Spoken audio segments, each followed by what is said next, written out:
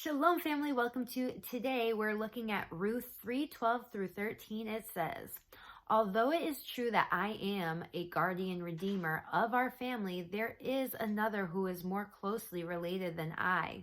If he wants to do his duty as your guardian redeemer, good, let him redeem you. But if he is not willing, as surely as the Lord lives, I will do it. So in this verse, Boaz is talking to Ruth after she suggested that they marry. And Boaz definitely wanted to marry Ruth, but he put biblical law above his own desires.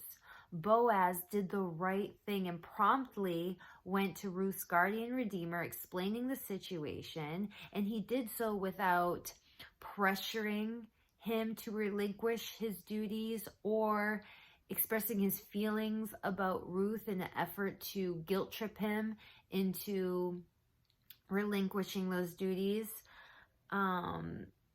So Boaz chose to be obedient to God rather than self-serving. And we all face this decision daily. Sometimes the stakes are higher than others, but every day, probably 100 times a day, we have to choose God or self. I have lost friends because I chose God. I have lost a fiance because I chose God, and not one, but two churches because I chose to be obedient to God rather than keep peace in those relationships by suppressing God's instruction.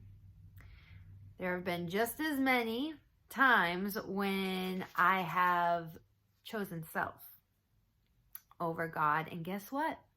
God got his way anyway. And I suffered so much more severely because I had to face the consequences of that disobedience. I had to learn lessons the hard way.